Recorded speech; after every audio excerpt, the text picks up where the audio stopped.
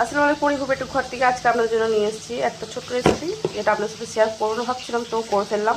তো দেখুন, আমি এখানে নিয়ে নিয়েছি মাছের ডিমে বড়া করবো। তাহলে কীভাবে তৈরি করি বাড়িতে, সেটা আপনারা দেখতে থাকুন।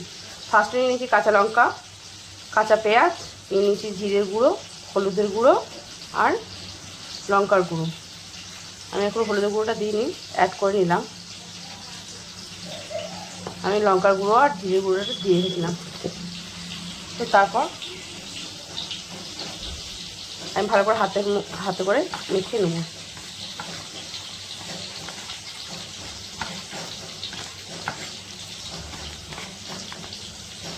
এর মধ্যে দিয়ে দেবো আমি নিয়ে নিয়েছি মাছের ডিম, নিয়ে নিয়েছি একটা পোলট্রি মুরগির ডিম। ভালো করে ম্যাশ করে নেব।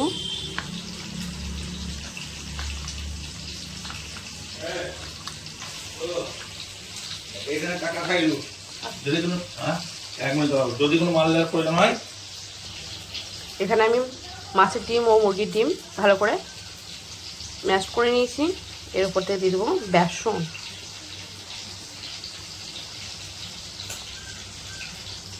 আমি 4 চামচ বেসন অ্যাড করে নিলাম। ভালো করে হাতের সাহায্যে মেখে নেব।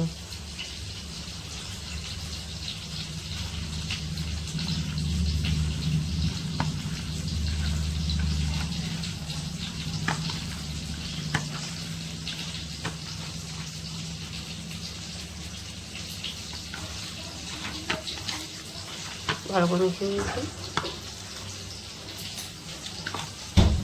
এইভাবে মেখে নিতে হবে। চলুন আমি এবার কী করে ভাজছি সেটা আপনাদের সাথে শেয়ার করব। এখানে আমি মাছটা ভেজে তুলেছি, ওই তেলের মধ্যে আমি বড়াগুলো ভেজে নেব।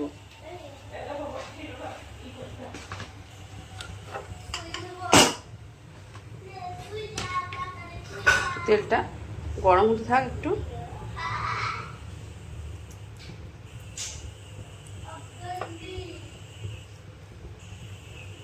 তেলটা গরম হয়ে একটা একটা করে আমি বড়াগুলো দিয়ে দেবো।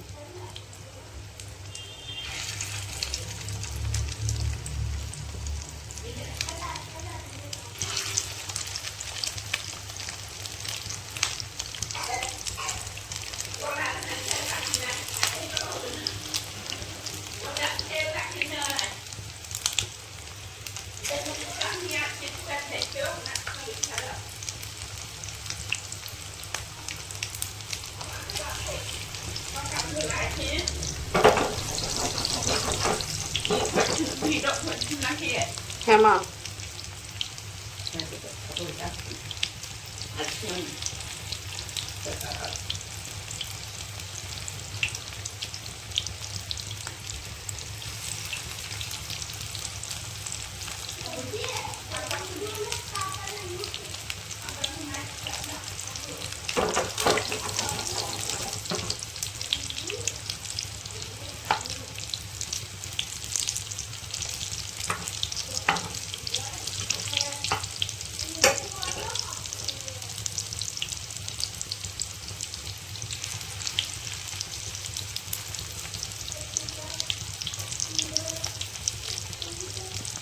এগুলো ভাজা হতে থাক।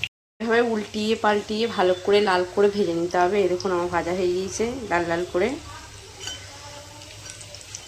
আপনাদের কেমন লেগেছে অবশ্যই কমেন্ট করতে ভুলবেন না, কমেন্ট করে জানাবেন।